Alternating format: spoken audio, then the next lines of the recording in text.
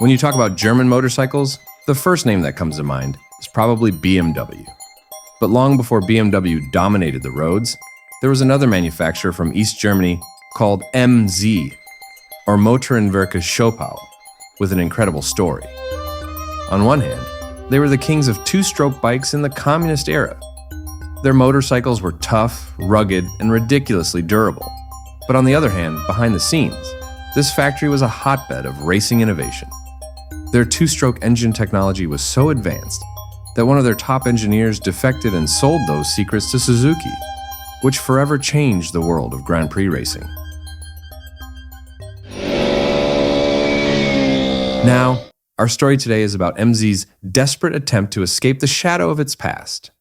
After the Berlin Wall fell, they no longer wanted to be known as the maker of smoky commuter bikes. With a cash injection from Malaysian investors, they decided to do something crazy. Build a 1,000cc superbike to challenge the giants from Italy and Japan.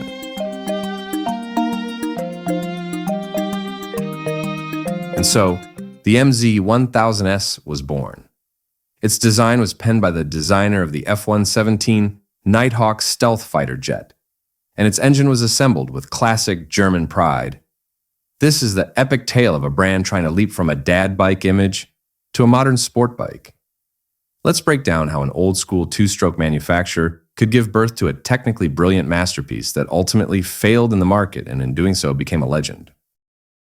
To understand why the MZ 1000S was such an insane project, we have to look at its roots. MZ wasn't some fly-by-night company. Its origins trace back to DKW, which in 1929 was the largest motorcycle manufacturer in the world. One of their designs, the RT-125, was so good that its blueprints were taken as war reparations and became the basis for bikes from BSA in England to Harley-Davidson in America. So, from the very beginning, MZ was a global player. Under communist rule, MZ developed a unique design philosophy. They used a ton of aluminum for their engines, wheels, and other parts, while Western manufacturers were still relying on steel. This made their bikes incredibly durable. Their reputation was clear. An MZ bike never broke down. But behind the image of a commuter bike often mocked as ugly and smoky by the Western press, there was hidden genius. Their engineer, Walter Cadden, was a visionary in the world of two-stroke engines. His technology was so advanced that when his lead writer, Ernst Degner, defected to the West in 1961, taking MZ's design secrets with him to Suzuki, the global racing landscape changed overnight. This two-stroke legacy eventually became a problem. On one hand, MZ was known for being super reliable, the perfect workhorse beloved across Europe. On the other hand, the image of a cheap, old-fashioned, and uncool bike stuck to them like glue. This was their biggest psychological hurdle. When they tried to sell a premium bike like the 1000S at a high price, the market still saw them as a budget brand. MZ had to fight against the very image they had built for themselves.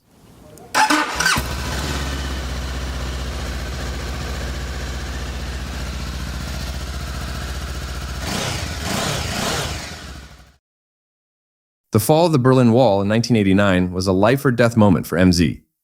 Suddenly, they had to compete in a free market without government protection, and they went bankrupt in 1993. A savior came from an unexpected place. The Hong Leong Group, a massive corporation from Malaysia, bought MZ in 1996. The new investors had a clear vision: to transform MZ from a regional two-stroke manufacturer into a global player in the four-stroke market. Realizing that building a four-stroke engine from scratch was difficult and expensive, MZ used a clever strategy. They launched a series of bridge models that used engines from other manufacturers.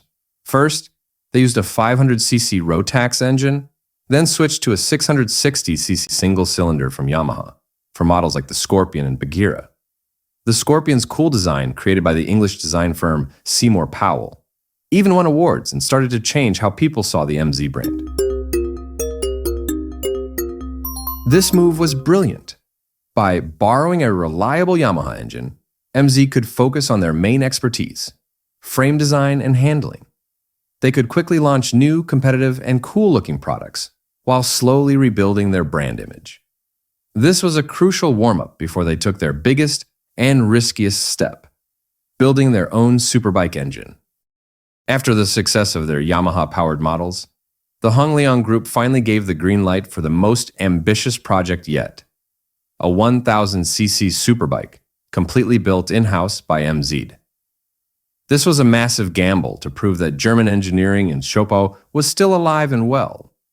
The first prototype was unveiled at the Intermot show in Germany in 2000 and immediately caused a stir. The craziest decision was the design. MZ hired Peter Naumann, a designer famous for his work, on the F-117 Nighthawk stealth fighter. The result was a new edge design style, with sharp lines, rigid angles, and an aggressive origami-like look. It was completely different from any other bike at the time, which tended to have more rounded designs. This design style wasn't just about looks, it was a marketing strategy. MZ had to break free from its image as a functional but ugly two-stroke manufacturer. The new edge style immediately sent a message of being modern, high-tech, and aggressive. By linking their bike to the F-117, MZ forced everyone to see them in a new light. This bold move paid off, as the 1000S design won a silver medal from the International Design Forum, a prestigious award in the design world. The engine of the MZ-1000S was just as bold. Instead of using a V-twin engine, which was trendy in Europe thanks to Ducati, MZ's engineering team went in a different direction. They built a 998 cubic centimeter parallel twin, two-cylinder inline engine that produced 117 horsepower, making it the most powerful production inline twin engine in the world at the time. This choice was very German, logical and efficient. A parallel twin engine is more compact than a V-twin, making it easier to fit into the frame. But for the market, it was risky. The European market associated high performance with the thumping sound of an Italian V-twin. MZ prioritized the best engineering solution over market trends, a trait that was both their strength and their weakness.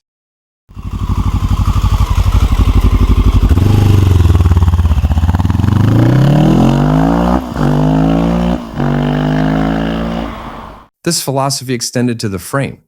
Instead of an aluminum frame like Japanese and Italian bikes, MZ chose a chrome moly steel frame. This choice was a bit heavier, but provided incredible stability, something many test riders praised. This sturdy steel frame was then paired with the best components from around the world: premium suspension from Marsaki and Sachs, and powerful brakes from Nissan. As a final touch, the bike was equipped with a cassette-style gearbox, a feature usually found only on pure race bikes, which allowed for quick gear ratio changes. It was an interesting mix: German reliability with world-class performance components.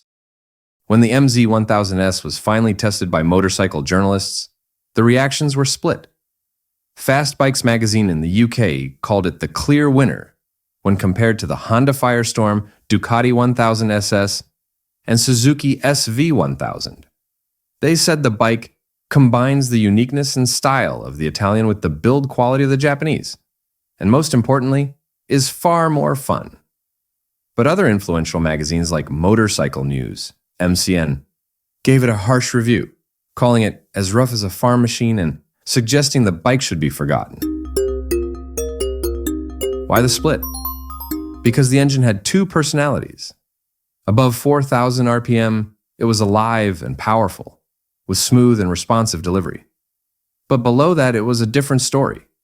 The engine was rough, vibrated heavily, and had a snatchy feel, making it unpleasant to ride in the city. The frame was similar. In fast corners and on smooth roads, its stability was incredible. But on bumpy roads, the Marzocchi suspension felt harsh and uncomfortable.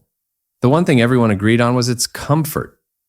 As a sport tourer, its riding position was comfortable. The seat was soft, and the wind protection was good, making it great for long trips. This split character reflected its development. MZ's engineers succeeded in creating a powerful engine and a stable frame at high speeds. But they seemed to run out of time or money to refine the small details, like the fuel injection at low revs and the suspension damping. The MZ1000S was essentially an engineer's bike, brilliant on paper but lacking the final polish that separates a good product from a truly great one. For comparison, let's look at its specs against its main competitors at the time. This table shows the unique position of the 1000S. Its power was on par with the Suzuki, and well above the Ducati, but it was the heaviest. Its frame choice was unique, and its price was at the high end, a major challenge for a brand trying to rebuild its image. Despite its impressive engineering, the MZ1000S struggled in the market. The biggest problem was the price. At a premium price point, many were hesitant because they still saw MZ as a budget brand. MCN even called it poor value for the money. This problem was made worse by a weak dealer network, especially in export markets like the UK. It was hard for potential buyers to see or test ride the bike. Even worse, it raised concerns about after-sales service and parts availability. Realizing this, MZ tried to broaden its appeal by launching two new variants. The MZ1000ST Super Traveler was a more comfortable touring version with higher handlebars and a taller windscreen. Meanwhile, the MZ1000SF Super Fighter was a naked street fighter version that stripped off the fairing for a more aggressive look. Unfortunately, this wasn't enough. Sales remained slow. Hong Leong Industries, which had been losing money on MZ since buying it, finally gave up. On top of that, subsidies from the German government also ended. Finally, on December 31st, 2008, the MZ factory officially stopped production, ending an ambitious chapter in its history.